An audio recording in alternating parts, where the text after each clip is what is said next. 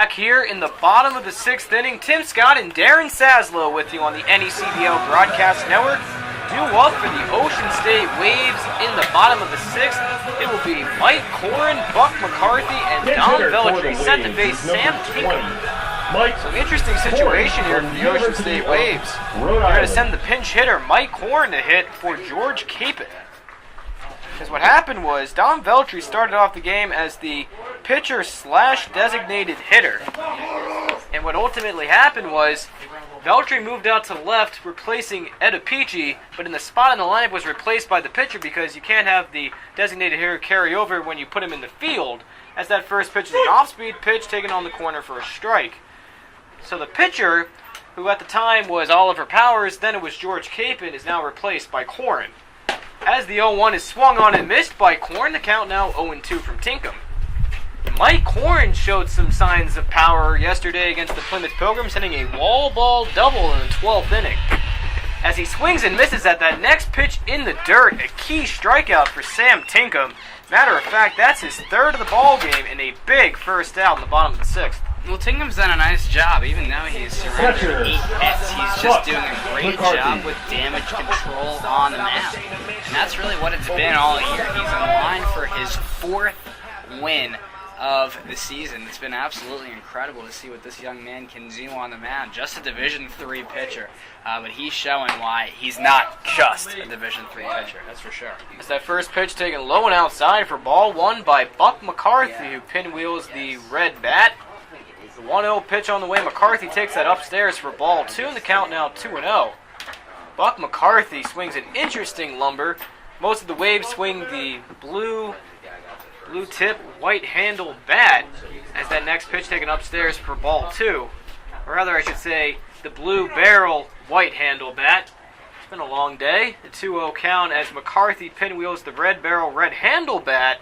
2-0 pitch on the way is an off-speed pitch taken in there for strike 1. The count now 2-1 to McCarthy. And it looks like those bats are from the Dream Bat Company, from what it looks like up here as well. Our bat sponsor, the NECBL. As the 2-1's a high pop-up sailing over the press box out of play, and the count now even up at 2-2. Can't go wrong with a good old Dream Bat. Not just because it's the official bat of the NECBL, but also is a pretty clean lumber. I've swung a Dream Bat myself, and it's a nice clean swing. As that break-even pitch is a high pop-up sailing down the first base line, that'll get out of play once again. In the on-deck circle for the Waves, started off the game as the starting pitcher, then moved to left field, the one and only Don Veltri. As the 2-2 pitch on the way, it's a grounder straight to the shortstop. Cox gets it on a hop. He'll fire on the first. A high throw. A good snare by Berger to corral out number 2. A good 6-3 ground out for the Westerners. Cox really has looked good at shortstop as well. Really smooth on that play, too. Nice job keeping his hands out on that ball. Looks like he got an in-between hop on that play. Just from up here, it was a ball that didn't go very much higher than maybe a foot off the ground, if that. But it was a nice job getting those hands out there because it wasn't the best hop. As that first pitch is a breaking ball taken low and outside for ball 1. Don Veltri has had himself quite the day at the plate. 2 for 2. He had a double and a single. Both of those against Tinkham as he tried to go around that one. They're going to check. And he said he went around, much to the chagrin of the Waves bench.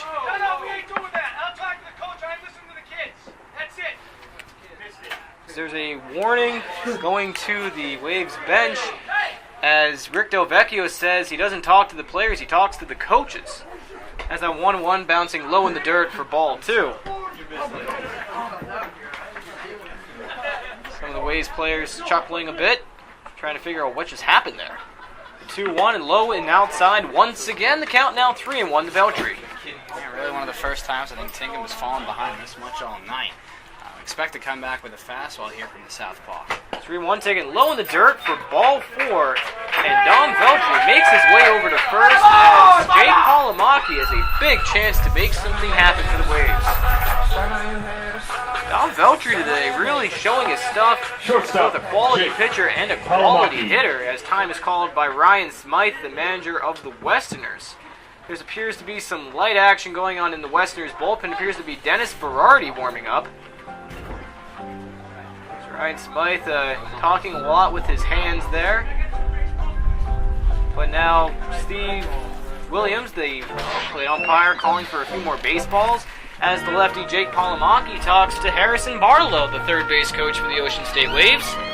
Once again, at the end of the 6th inning, Taylor Archer, who's all the way down at the other end of our press box, will come on for a scoring update. And a lot of interesting stuff going on around the NECBL. New Bedford currently on top of Vermont 4-1. Taylor will have more on that game later on at the end of the inning. That would be a big game to watch if you're a Waves fan other than this one, because tomorrow the Waves take on the Bay Sox in a must-win game tomorrow if they can't come away with this victory. As Palomaki squares down the bunt, Tinkham gets it, he fires a low throw, and it actually bounces off the glove of the first baseman Berger, and it appears that Palomaki inadvertently kicked the glove off of Berger while he's trying to get to that one. No interference is called, but now runners on the corners and 2 outs, and now the Westerners bench is signaling over to the bullpen, signaling that we might have a pitching change coming soon. It doesn't look like it's going to be yet. And it could be very soon. We're telling Berardi to get moving. And, I don't blame him. I think Tinkham's just starting about to run out of gas. But nonetheless, an outstanding performance against one of the best teams in the NECBL, at least in my opinion. The Waves have had the Westerners number, Tim, all year. You've been there for all the games. The Waves currently lead the series 3-1. But coming into the doubleheader, they won all 3 games. Up at Rogers Park, too, in Danbury. Long hike out west. But this is a nice showing here from the Westerners with a new look team. A lot of their starting lineup players. Was there an error on that play? Yeah. So this is what the Westerners need here with a new team and a new lineup. There was also an error on that play that allowed Veltri to go to third. The first pitch up and in. It hits Ryan Bland in the back. He'll take that one in pride as he'll hustle down the first base, and that'll load the bases for Dylan Bordeaux. And Dylan Bordeaux's power is quite prolific. So far today, at least, he had a solo home run back in the third, and he almost had a second one if it wasn't for a nice jumping catch by Jack Sundberg. And now they are going to make the call to the bullpen. Sam Tinkham not happy with himself there, as Dennis Berardi's about to hop the fence and come into the ball game. Give him a perfect 10 for that jump out there. That was a pretty smooth jump, kind of like a steeplechase kind of thing. But either way, the Waves have the bases loaded and 2 outs. And Dennis Berardi, it appears, will be coming into the ball game for the Danbury Westerners. A long, slow run for Berardi as Sam Tinkham's still hanging around. I guess the symbolic gesture of sorts is that Tinkham gives him the ball. I guess, I'm not sure, but we'll let Dennis Berardi do his warm-up tosses. We'll be right back here on the NECBL Broadcast Network. We're back here in the bottom of the 6th inning. A big spot as there is ever going to get for the Ocean State Waves in this ball game. The bases loaded, 2 outs, Dylan Bordeaux in the batter's box, and a new pitcher on the mound for the Danbury Westerners. And here to tell you more about Dennis Berardi, here is Darren Zaslau. Thanks a lot, Tim. Dennis Berardi, the right-hander from Manhattan, was 1-0 in the year with a 6.0. This will be his 3rd appearance. He's thrown 3 innings, giving up 6 hits, just 2 earned runs. 1 walk, 1 off, 4 strikeouts. Opponents are hitting .429 against him. A big spot for Berardi, probably the biggest situation he's pitched in all year. Berardi takes a look down third. The first pitch he fires, Bordeaux takes up and in for ball 1. Dylan Bordeaux today has really swung the ball well. He lined out to short in the first inning. He had a solo home run in the third, and he also flew out to center fielder Carl Sundberg. As far back, or Jack Sundberg rather, I'm thinking of the polar Carl Sandberg for some reason, but a good catch out there by Sundberg earlier in the ball game. As the 1-0 pitch on the way is a fastball, just taken in there for strike 1. The count now even up at a ball and a strike. That's exactly what Berardi needs to do. He can run that fastball up to the low 90s, a hard-throwing right-hander. Like we talked about out of Manhattan.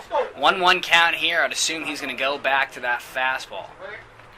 Berardi takes a look over at Veltri at third. An off-speed pitch thrown by Berardi, taken upstairs for ball 2. And just looking at some of the warm-up pitches, it didn't look like Berardi really had the feel for some of those off-speed pitches. That's why I thought the fastball would come. But hey, I like the confidence during that when you're even up in the count. Now the 2-1, you're falling behind here. You got to attack the strike zone. Go with whatever you're comfortable with. I would assume the fastball. The 2-1 is a high fly ball going out to center field. Giving chase is Sundberg, and that ball is gone. A grand slam for Dylan Bordeaux gives the Ocean State Waves a 5-4 lead in the bottom of the 6th. Dylan Bordeaux, what do you know? A big-time grand slam puts the Waves ahead. There he came back with the fastball, and he left that belt high. About right over the middle of the plate on the inner half. That ball was absolutely tanked. And that is the 3rd grand slam hit this summer by the Ocean State Waves, and the 2nd to come off the bat of a Southern Mississippi player. The other came off the bat of Chucky Robinson against the Mystic Schooners back on July 3rd. As that first pitch seen by Tim Lynch taken on the outside corner for strike 1. And Dylan Bordeaux becoming the 2nd Ocean State Waves next to his teammate Chucky Robinson to hit 2 home runs in a ball game this summer for the Waves. As time is called by Tim Lynch, who's quickly behind in the count to Berardi, no balls and 1 strike. Dylan Bordeaux now with 6 home runs this summer, now tied for 3rd in the NECBL with that number. As the 0-1 pitch on the way, taken upstairs for ball 1, a count even up at a ball and a strike. These Southern Miss players, Tim, just crush the Westerners. Lynch, Robinson, and now you got Bordeaux. I mean, it just doesn't stop. If Nick Dawson wasn't hurt, he could hurt you guys too, as that next pitch is taken outside for ball, or is fouled off there by Tim Lynch. Count now 1 ball and 2 strikes. Nick Dawson came into this ball game batting average of .308 in the month of July, so definitely heating up with the summer sun, definitely reflective of the summer baseball conditions, or the spring baseball conditions, kind of like summertime weather in Rhode Island, but it's normal weather in Mississippi.